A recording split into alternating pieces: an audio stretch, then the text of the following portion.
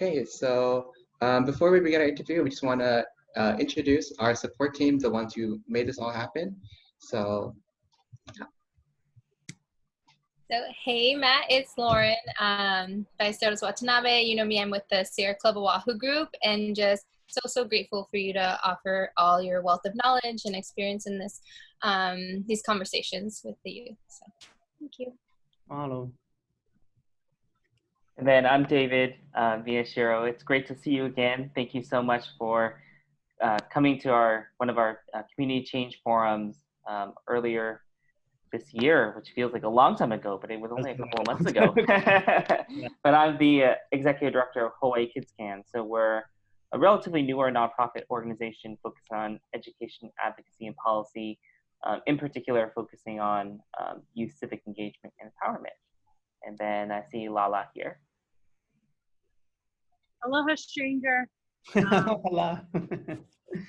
Me and Matt go way back to permaculture days. And I look up to him as a mentor, ally, colleague, and inspiration for my generation. And so I love the circles that we're all connected in. It's just beautiful to see. And I'm just honored to even be a part of this powerful youth group that is keeping me on my toes and leading the way. So mahalo for this intersection. So thank you so much to the support team for making this happen. They will now go part ways and turn off your cameras, and we'll go ahead and introduce the youth who will be leading today's conversation.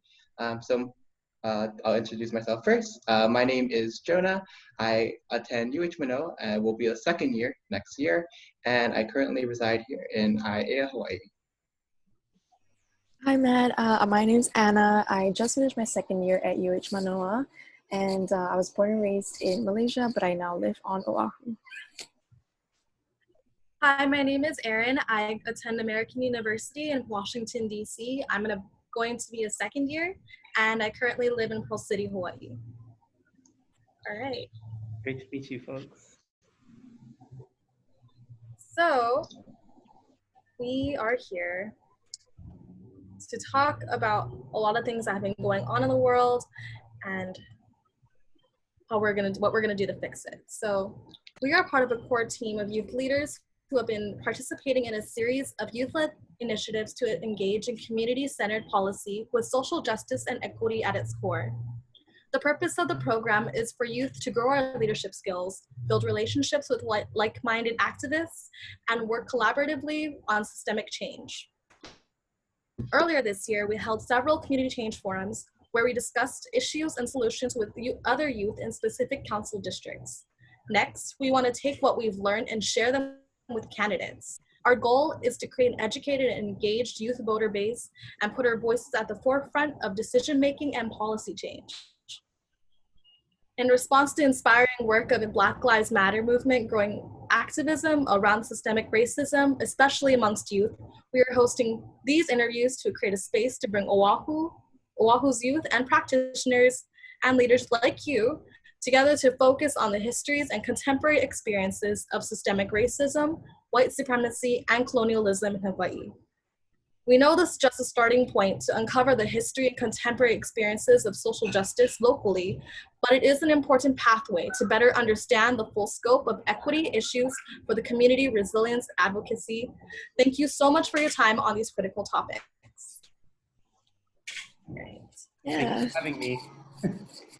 Yeah, so today we, just for our audience today, we have Matt Lynch here with us today. We are really honored to have you, Matt, with us. A quick introduction, Matt is the Director of Sustainability Initiatives at the UH system, and he's also part of the Truth, Racial Healing, and Transformation Initiative. Matt, we would love if you could also give a brief introduction to what you do and what your focus is on. Yeah. Sure, thanks so much for having me. I'd like to first start by respectfully offering a land acknowledgement, because even though we're here connected, via screens and in cyberspace, we are also in very specific places, as you had mentioned in your introduction. So I'm speaking to you from my office in the Valley of Manoa. which is situated in the Ahapua'a of Waikiki in the Moku of Kona on the Mokupuni of Oahu in the Pai'aina of Hawaii. And I recognize that generations of Native Hawaiians and their indigenous ancestral knowledge systems have really shaped Hawaii, have shaped contemporary Hawaii in so many ways that allow us to enjoy these gifts today. These generations of Native Hawaiians have lived, laughed, loved, played, cried, and cared for the many places across these islands in ways that are beyond sustainable and that have allowed us to be able to not just survive, but to thrive and flourish today. And so for all of this, I'm grateful. And as a fourth generation settler ally in the islands, I seek to support the indigenous peoples of Hawaii to protect their lands and their communities. And I've committed to dedicating time and resources to working in solidarity with them. I just thank you for allowing me that moment to share that acknowledgement. I think that's really important framing for who I am and the work that I do. And so to answer your question, you covered two of the key initiatives that take a lot of my time today. I think some additional context is I'm fourth generation Filipino on my mom's side, and my dad is Irish Scottish via Australia. So the Lynches that made it to Australia were convicts that were sent out, expelled from our ancestral homelands many, many generations back, and sent to Terra Australis to work essentially as indentured servants in the penal colonies, the convict colonies there. So I come from a long line of peoples in displacement. We landed here in Pa'uilo in Hamakua Coast on Hawaii Island, my great-great-granddaddy in search of a better life. And that's part of the context that shaped me and who I am today. And so in addition to the professional roles that you described, I also serve on the board of directors for Kahumana Organic Farm. And Kahumana is a fascinating group, so obviously an organic farm, but we are also a family, I guess, of social enterprises, and we're working at the nexus of transitional housing, mental health, and regenerative farming to build healthy communities on Oahu. And yeah, that's those are enough hats to frame, give you some context to understand some of my responses to the questions that you're interested in exploring today.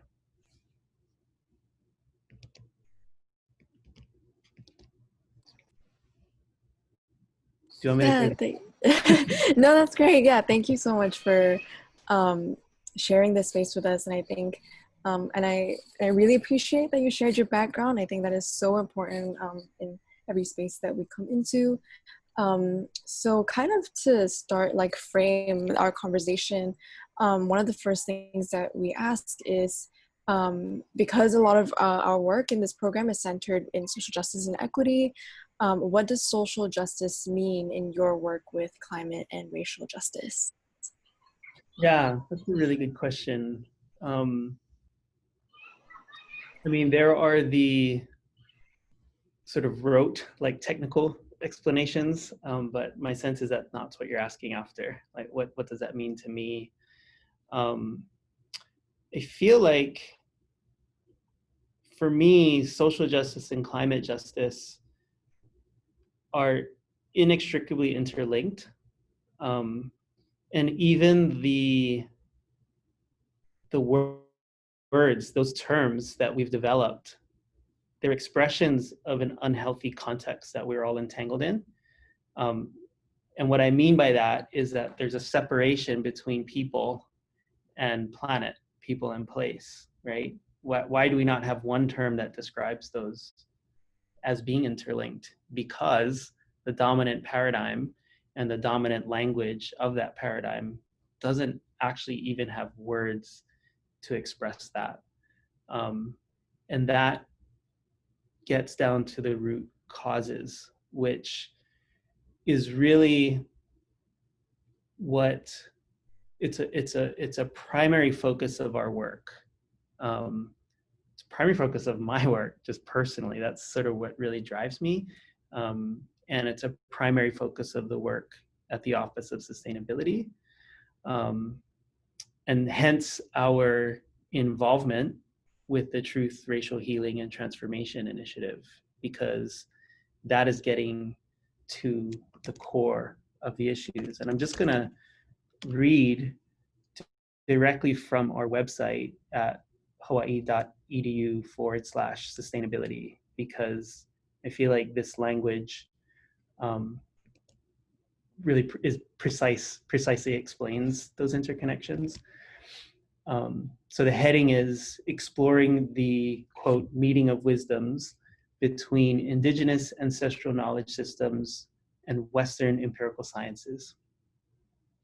And it says, today, humanity is faced with planetary crises that are compounded by the disconnect between modern society and nature. These crises are rooted in the lack of understanding and engagement with the deeper meaning and value of place. Indigenous cultures and their systems and structures offers ways of being, thinking, and doing that can restore and sustain balance. An enriched sense of place offers both symbolic and empirical dividends to the communities it serves. Translate that into simpler language. When you are in intimate relationship with the place that you are in, there are direct benefits on a strategic and tactical level, but also on a holistic and a spiritual level. We can dive into that further if you want. I'll go back to the website because in this place, as I acknowledged up front in the land acknowledgement, there are peoples that still have that intimacy, those intimate relationships intact. And so again, from the website, the vibrant Hawaiian culture that flourishes in harmony with the natural resources available to its people continues to offer a powerful and timely model for mutually beneficial relationships between human and natural systems in Hawaii and in the global community, because we're nested at scales.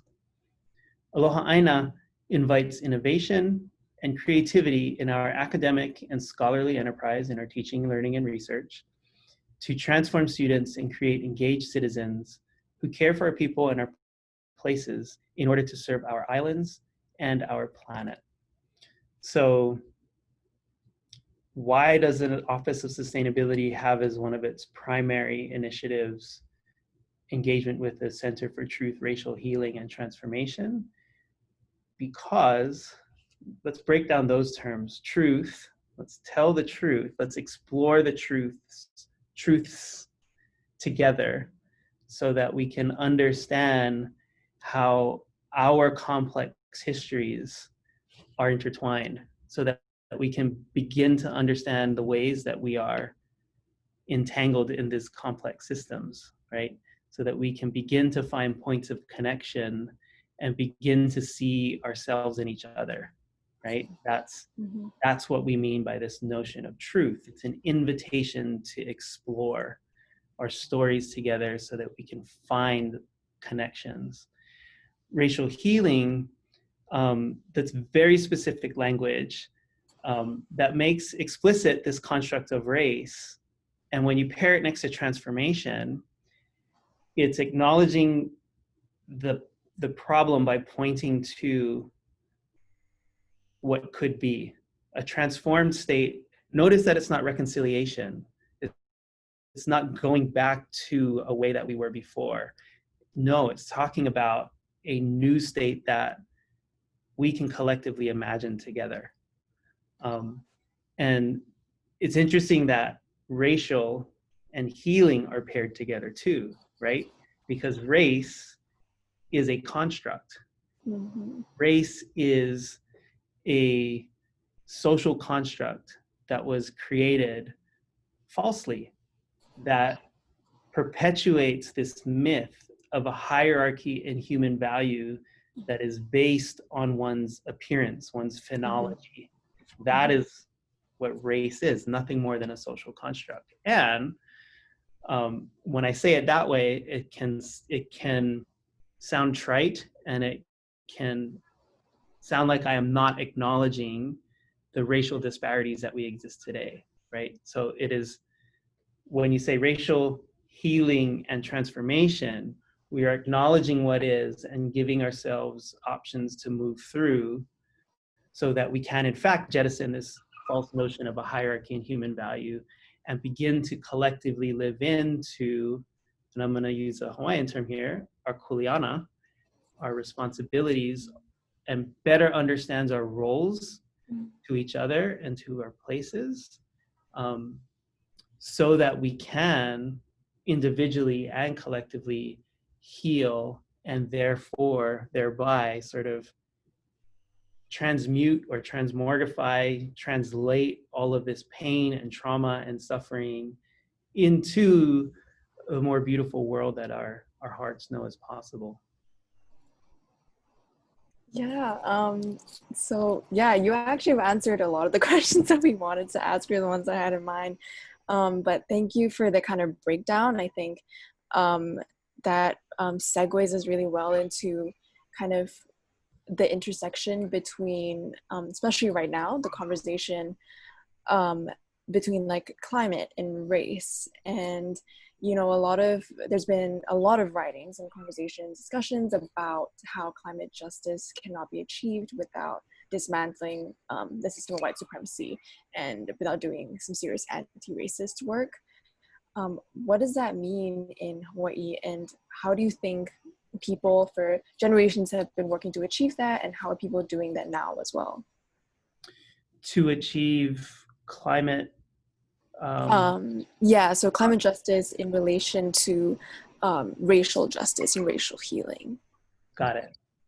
Yeah, that's a great question. And it's interesting because, so I'm going to go again back to the Center for Truth, Racial Healing and Transformation work. That work started in 2017 as a response to the racial violence that happened in Charlottesville at that time. 1 year into the Trump administration, yeah, just really ugly and like horrifying sort of actions that were going on. Mm-hmm. So Manoa was one of 10 campuses that was awarded this initial seed funding. And Dr. Gail Christopher is the, you guys ever seen the movie The Matrix? With like Keanu Reeves and like required viewing.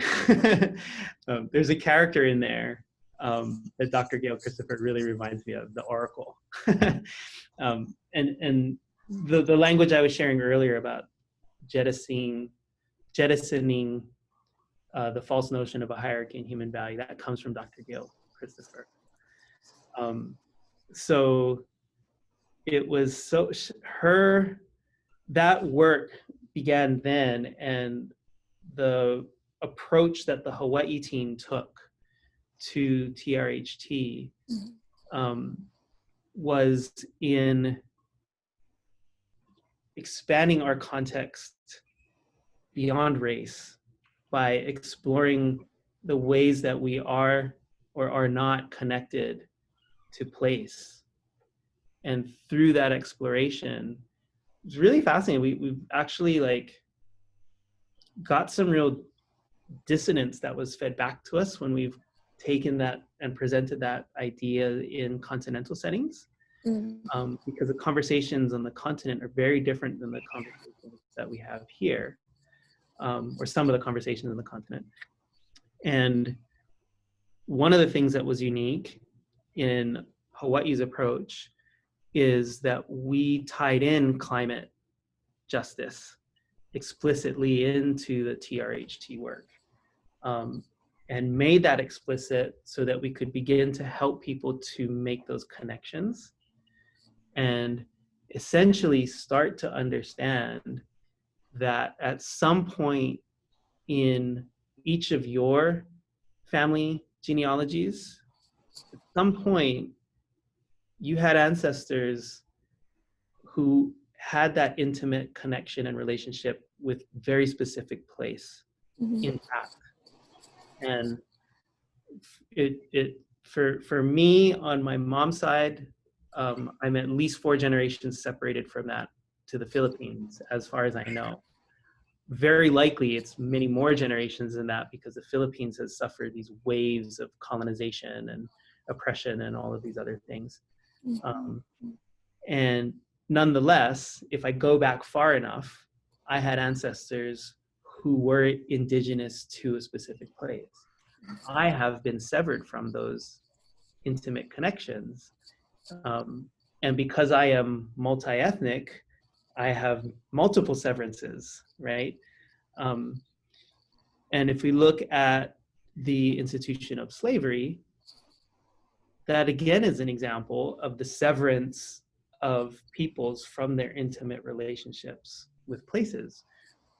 One common experience that many of us, many contemporary humans have, is that we have a shared trauma, whether or not we are conscious of it or not, of at some point in our family history being severed from our indigeneity, from our continuity, from our intimate relationship with place, from those ways of being, those ways of thinking, those ways of doing that are embedded within that, right?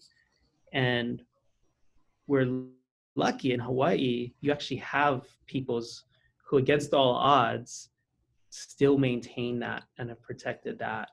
And in pockets, they're really thriving, they're vibrant and thriving and flourishing intimate relationships with this place, you know? So for me, working in solidarity with Native Hawaiians in their quest to be able to protect and preserve and go beyond protecting and preserving, but to evolve their culture and so that it remains fit to contemporary times, that has been a key catalyst to my own sense of healing, right? So I have agency by taking steps to be in relationship with this place and with its peoples. This is going to sound really this is going to sound really trippy, but literally I can transcend space and time and begin to heal those wounds, right? Through my actions of today. So that's where the nexus, right, between climate justice and social justice as these separate movements in this evolved worldview, or maybe we need to put a RE in front of this, re-evolved worldview, because it is a worldview that once of us all had. We can begin to see ourselves not as separate and apart, but as a part of, as a piece of, as family with our earth. And so if we're going to be able to, I don't know that we can't fight climate change. That's the same thinking that got us into the mess in the first place. What are we going to do? Fight ourselves? Like, we created the problem, right? Yes. And so let's break down the root of that problem. Okay, so let's talk about the root cause of the climate crisis. Okay, so I've heard people describe the root cause of climate change as greenhouse gas emissions.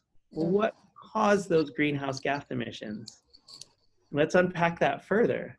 Well, could it be that we have a dominant global paradigm that is optimized for the relentless extraction of all of our primary resources, all of our primary forms of wealth, our natural resources, and optimizes to convert all of that into an abstract form of wealth that we measure by fiat currency. In other words, a currency that only has value because enough of us agree that it has value. That literally describes the global financial system.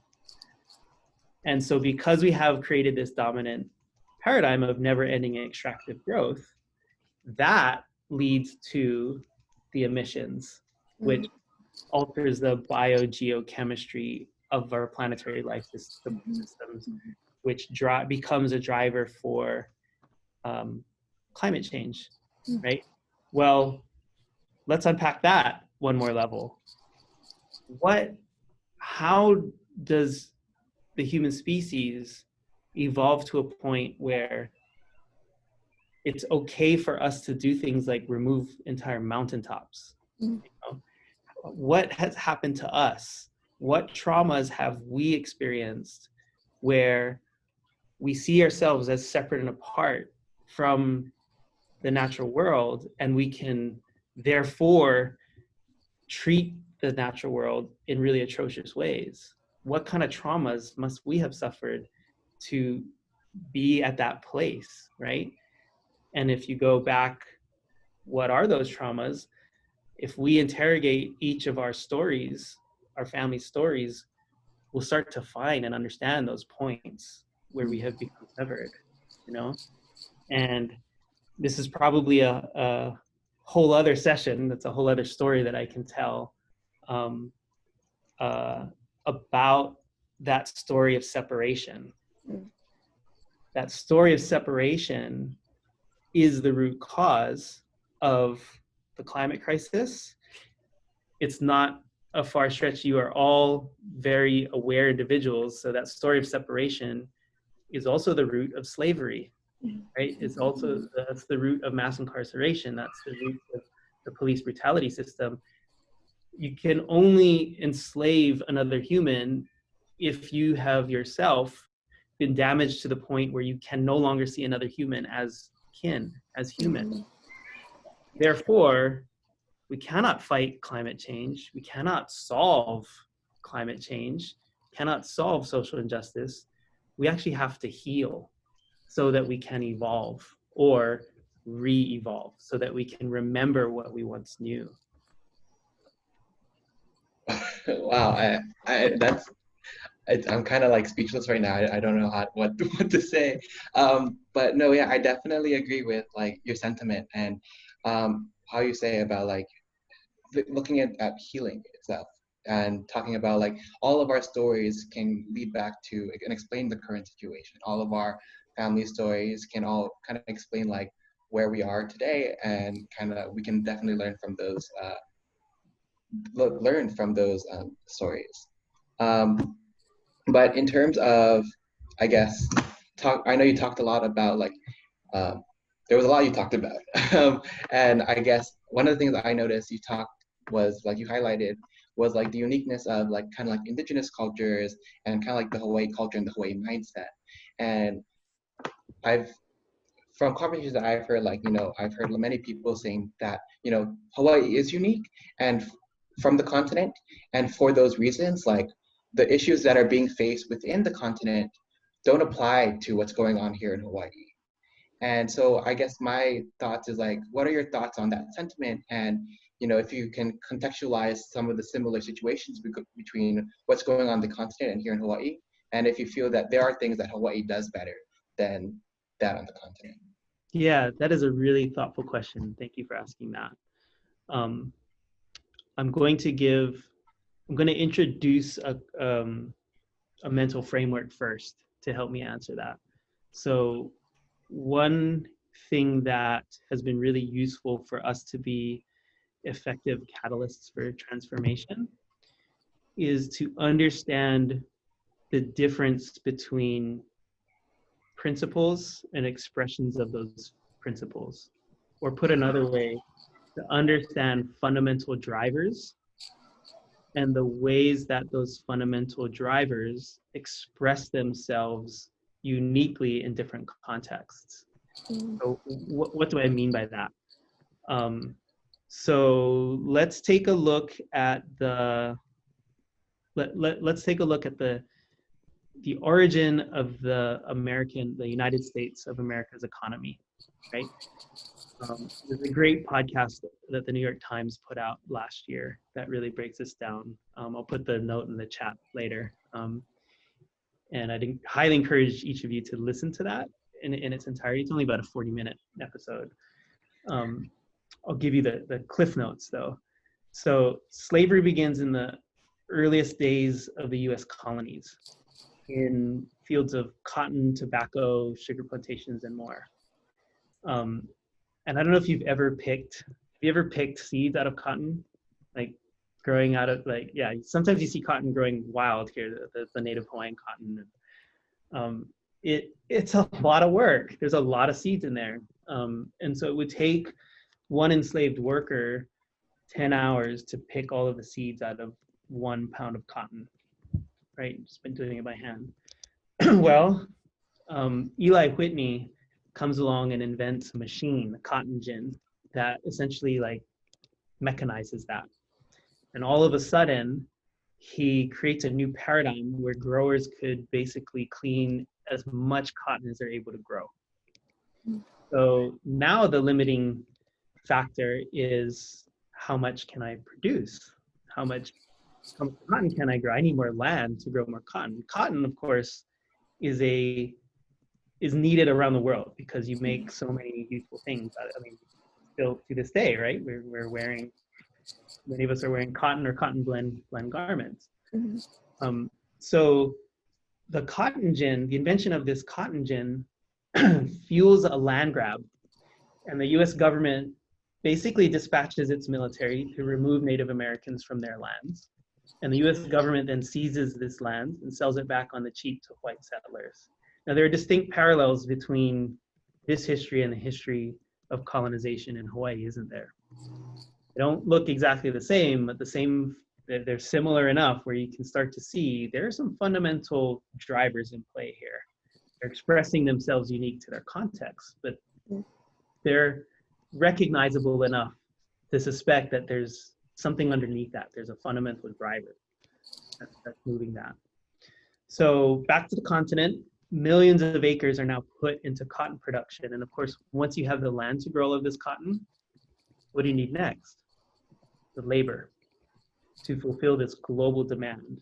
And so in 1709, there's approximately 700,000 or so enslaved workers in the shores of the United States. And by 1850, that number swells to 3 million. Most of that growth is driven by cotton, by the plantations in the South, because that's where the growing conditions are.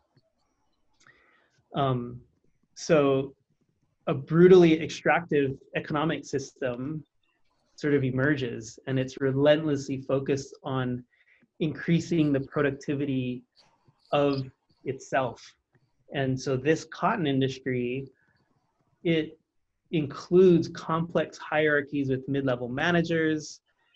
They develop sophisticated data tracking systems to calculate how much labor and how much money goes into producing each bale of cotton. There's complex workforce supervision techniques that are enforced and policed by violence to ensure that enslaved workers meet their daily quotas. They even develop professional manuals and credentials so that slavers can exchange information about, things as mundane as how to feed, house, and even speak to their enslaved workers. Now, think again to what you know about the history of Hawaii, Hawaii's own colonial past and the colonization and the overthrow of the Hawaiian kingdom and the plantation economy that emerges. And my own ancestors moved here. They were not enslaved workers. They were indentured servants. They didn't have many options. And so they were a part of an extractive economy, right? They were being exploited. They were exploited labor to be able to extract the natural resources of this place and convert it into that abstract fiat currency, which allowed a small group of people to essentially deploy systems of control, oppression, and subversion so that they could reap the benefits from that. Then the banks come in. This hits home to me because my 20s I spent in the banking industry. So a lot of what I do is to offset the karmic balance that I created for myself working in the excesses of the financial industry. Don't recommend that pathway. Folks have already clearly made better choices than I have. And interestingly, I was in the mortgage banking sector. So banks during the slavery plantation days provided mortgage financing to expand these operations. In fact, the root of the word mortgage comes from mortis, which is the word for death. It literally means until death. That's why a 30-year loan, right? That not only a few generations ago, that was close to a lifespan. So banks provide mortgage financing to expand the slave plantation operations. And these financing, they were not backed by houses as collateral as they are today.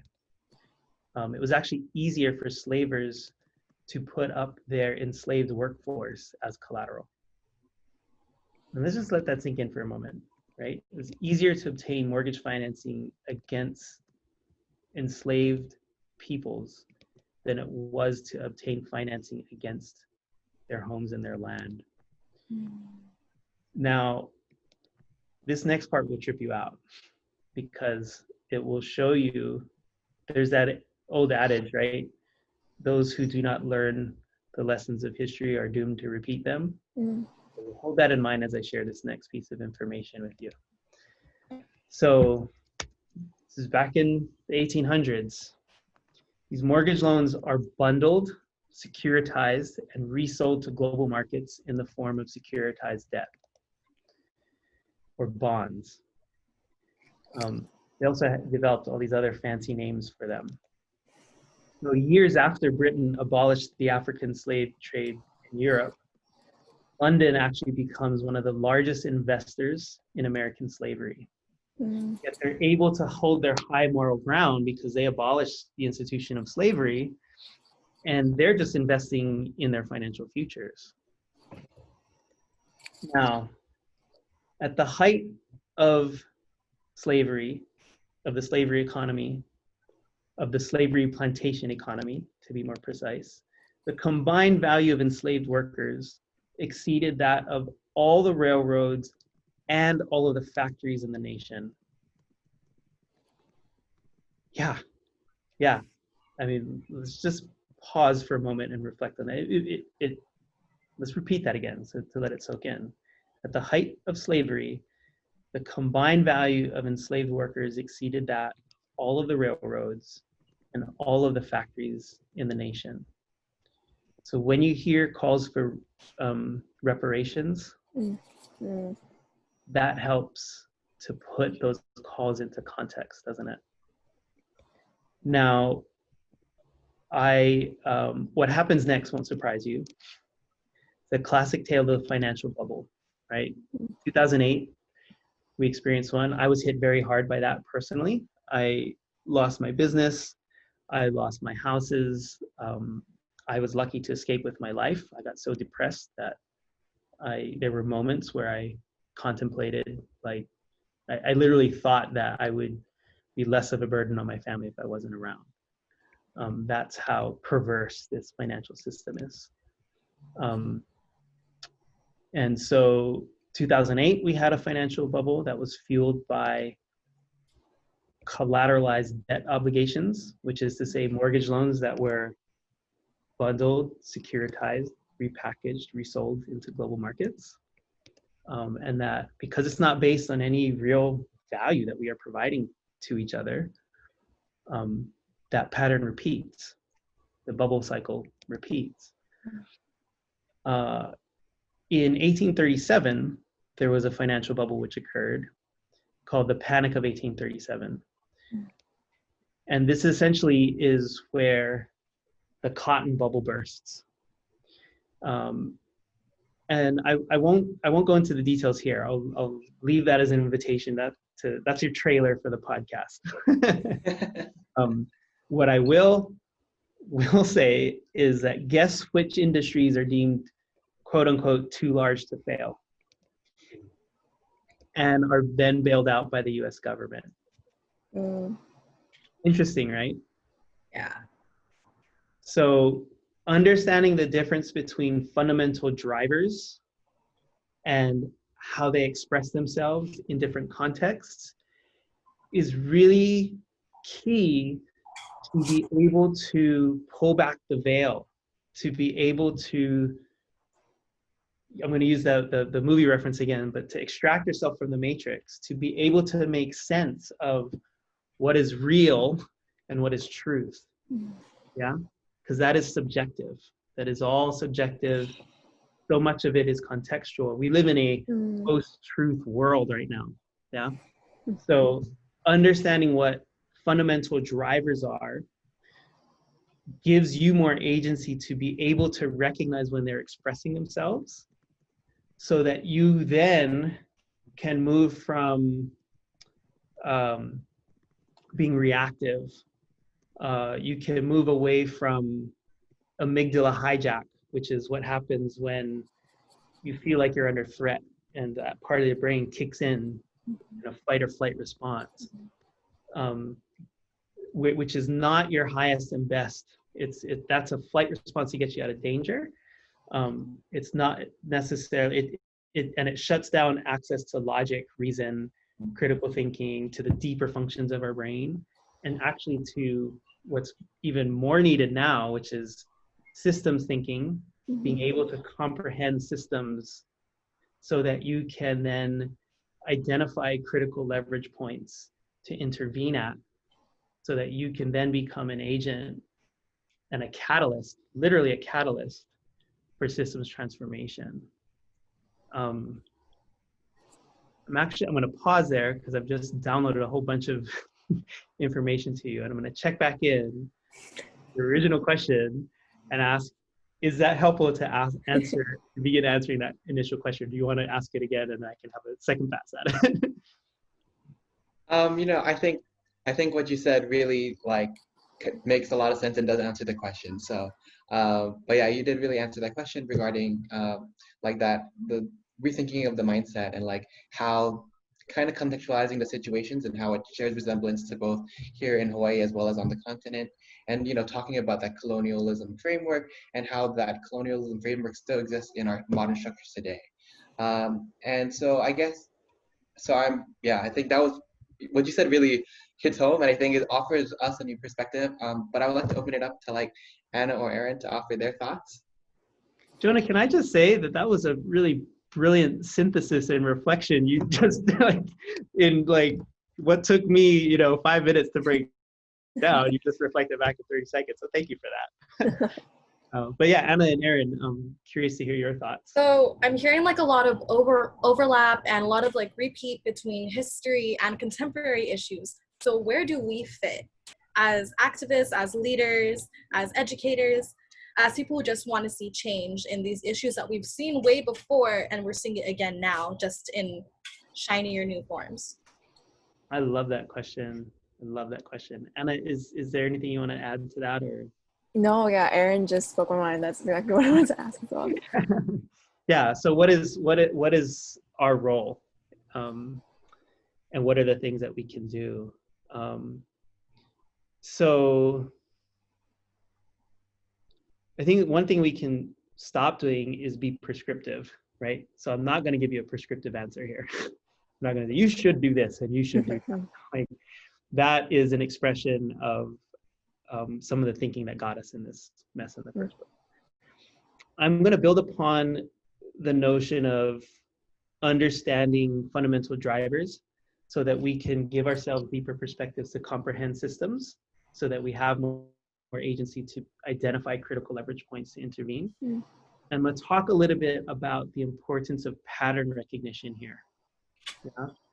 So understanding patterns helps us now to be able to comprehend how we can act and claim our agency, live into our agency in ways that are effective at multiple scales. So there's a great book I'm reading. I wish I had it here to actually read from it. It's from a wonderful African-American author by the name of Adrienne Marie Brown. It's called emergent strategy. And it's interesting because the emergent strategy framework that she's starting to articulate starts with her trying to understand Octavia Butler's science fiction and the leadership modes that are like, that Octavia's characters continue to express through these stories that she's telling. And then Adrienne comes across the work of, and it's amazing, it's all work of women. She comes across the work of Donella Meadows, who spent her whole life seeking to understand complex systems. And then she picks up on the work of Margaret Wheatley and Deborah Fries, who kind of take Donella Meadows' work on systems, and they similarly get obsessed and spend their lifetimes. Donella Meadows is no longer with us, but Margaret Fries and Deborah Wheatley sure are. And interestingly, what these women are looking at are understanding Mother Nature again.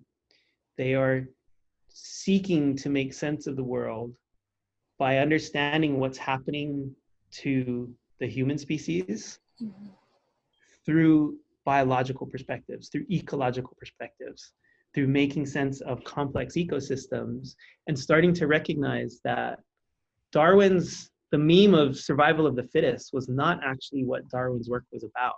That is the meme that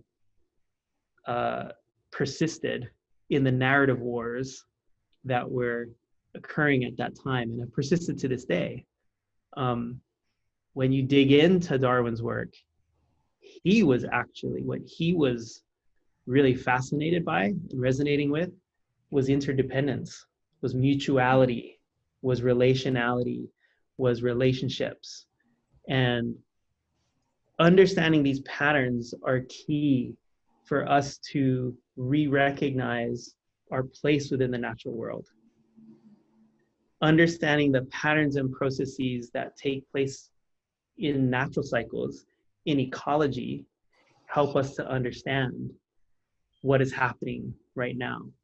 Yeah. And one thing that I really love about Adrienne is she's similarly obsessed with fractals. I have an obsession with fractals. Fractals are a pattern that repeat infinitely, right? And they express themselves in these wonderfully psychedelic, like, geometric patterns and whatnot. But at its core, it's a pattern that repeats itself and expresses itself across scales, right? And so that is those are universal laws. Those are organizing principles for the universe, right? The health of the cell is directly related to the health of the organ, right? And the lungs and the heart, they cannot survive if they were in competition with each other. If their paradigm mirrored what the dominant global extractive capitalist paradigm is, then they would both be dead, because that paradigm says that for me to succeed, you must lose. For me to win, you must lose. But it's not. The paradigm of the organs is when the heart is stronger, the lungs are stronger. There's a mutualism there, right? And the health of the organs are separate from and apart, though related. They are included and transcended in the whole that is the body, right? So the health of the cell is directly related to the health of the organ, which is directly related to the health of the individual, which is directly related to the health of our community, which is directly, and then ad infinitum, right, across scales.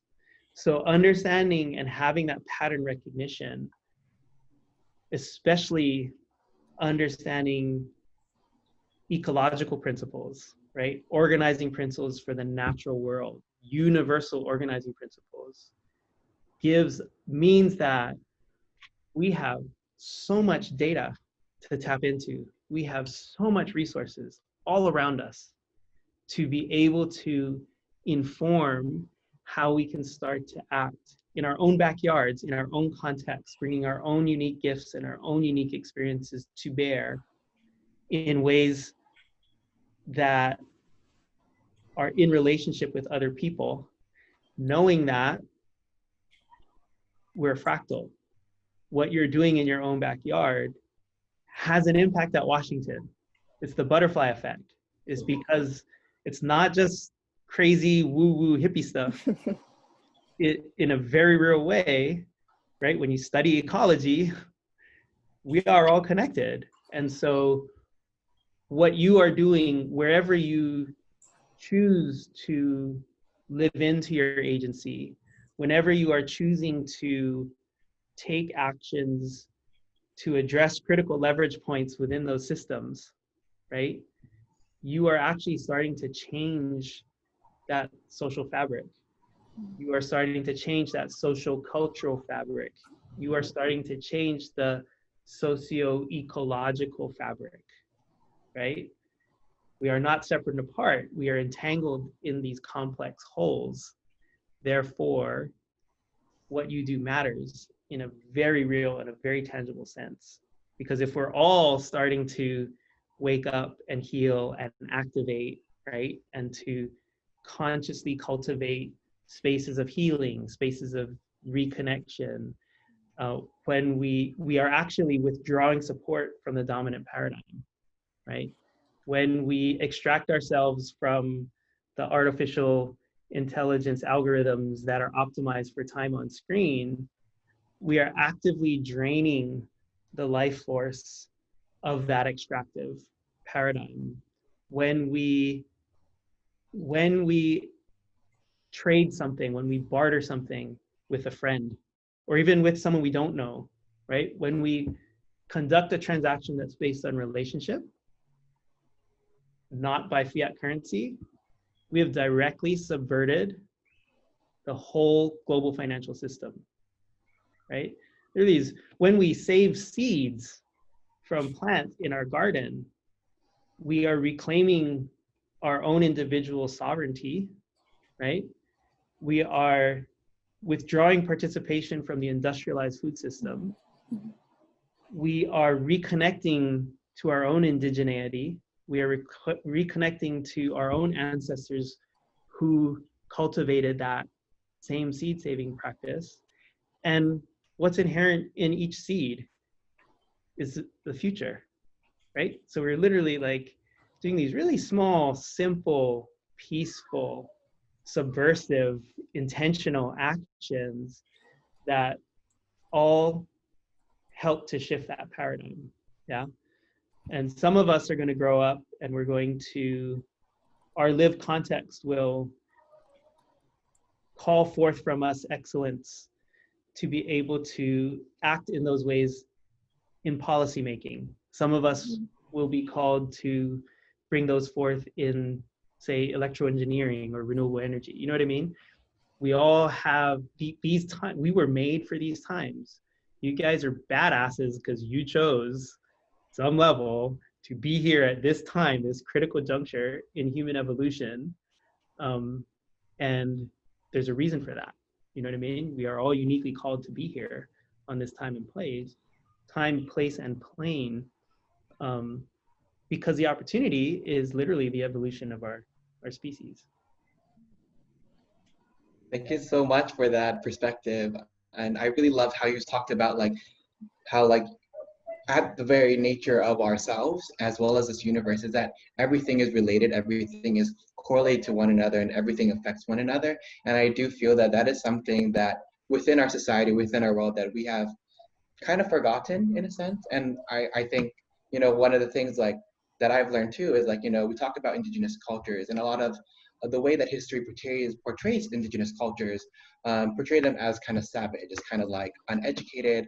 And I think that what you're talking about really highlights the importance of our indigenous cultures and what they've been able to understand and how they were able to grow off the land. Unfortunately though, we did go over time, and but before you leave, we just wanted to ask if there's any final words that you want to say, or anything you would like to ask us. so much I want to ask you. We'll maybe we can do that when we stop recording. Okay, for sure. Yeah, there is one thing I'd like to close on, though. It's a thought that one of my mentors has given to me, and I want to share it with you folks and folks who might be listening because it's been really powerful. And it's really simple. So this comes from Auntie Manu Meyer, who's an indigenous epistemologist. She's a PhD from Harvard University, but right now she's more interested in sitting at the top of Palehua, helping to support other bright spots like ourselves who are consciously working to enact positive change. And this comes from Shakespeare. And the quote is, "By my actions, teach my mind. By my actions, teach my mind." And I have been reflecting on that, and I want to invite all of you to reflect on that too, because shouldn't it be by my mind, teach my actions? But no, it's by my actions, teach my mind. And what I'm beginning to learn is that Juliana, it is something that you invite based on your actions. And when you're acting with intention, then in my humble experience, the universe actually begins to conspire with you. And so that is my invitation to each of you, is to reflect on that, that gem, and to think about how that relates to intentionality in your actions. And I'm also the last thing I want to say is just, I am super inspired and super grateful by the invitation from all of you and by this dialogue. And I'm hopeful that we can continue this and explore whatever resonances we might have sensed in this first exchange, because I'm quite sure that we could come up with some shenanigans to get up to together. For sure, and feel free to stay on this call, but we do have to end this recording. But thank you so much, Matt, for taking time out of your day. We truly appreciate you offering your perspective, and I think all of us can agree here that we did definitely learn a lot of things. And so yeah, and I hope that everyone else that is out there that do get to watch this video also get to learn something and feel inspired to do something within their communities as well. So thank you guys all so much for watching this video. Thank you, Matt, for coming, and we'll hope that this isn't a goodbye, and that this is just the beginning of our conversations, and that we hope to see each other again. Mahalo.